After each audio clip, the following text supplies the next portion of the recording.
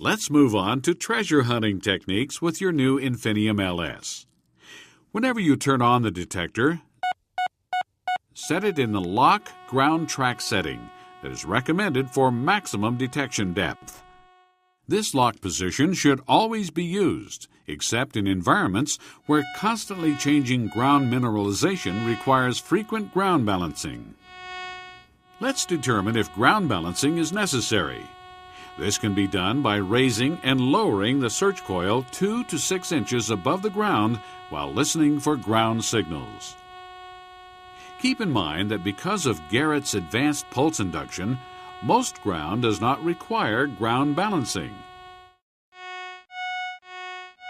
However, if ground signals should occur, switch to slow or fast and continue raising and lowering the coil until the signal smooths out.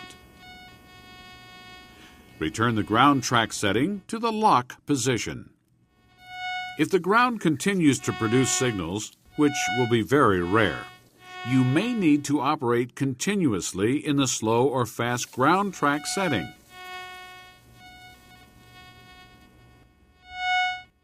If the ground is extremely mineralized, enough to continue to produce signals, incrementally increase discrimination until the signal becomes stable. You should never need to increase discrimination beyond the 3 setting.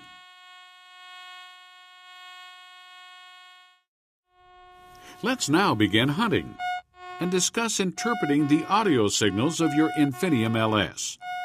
Since pulse induction instruments give only audible clues to the identity of detected targets, it's vital that their signals be learned.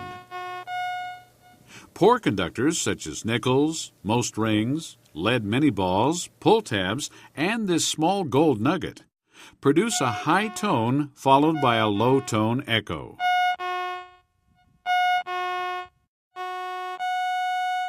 While good conductors such as large gold nuggets and this Civil War belt buckle usually produce a low tone followed by a high tone echo. Because iron sometimes disguises itself to a pulse induction detector as a good conductor, it too can produce a low tone followed by a high tone echo. Overcoming detection of iron is a challenge to any pulse induction detector, but there's a technique you can use to help identify most iron targets. It's called reverse discrimination and is described fully in your owner's manual. Here's how it works. While operating with 0 or minimum discrimination, we see 2 adjacent targets, a nail and a small gold nugget.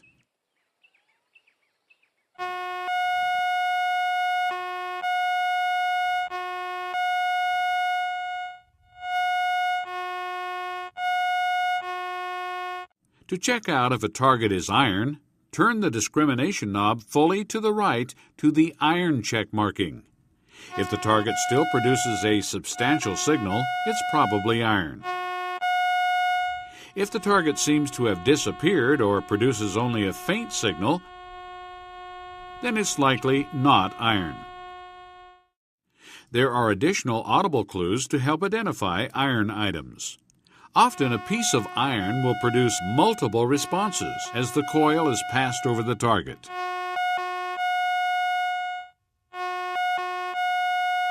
Listen now to how a good target produces only one response.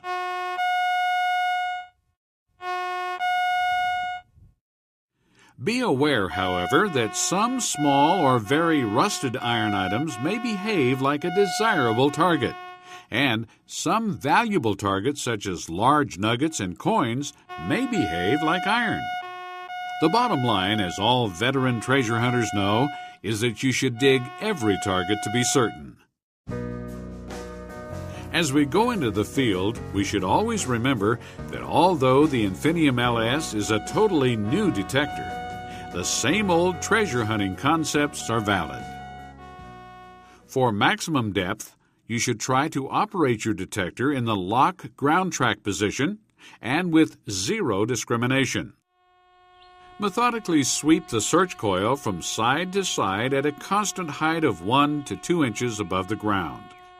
Don't get in a hurry, and make certain you cover all your ground. When a target has been discovered, listen closely to its sound to try to determine what it is.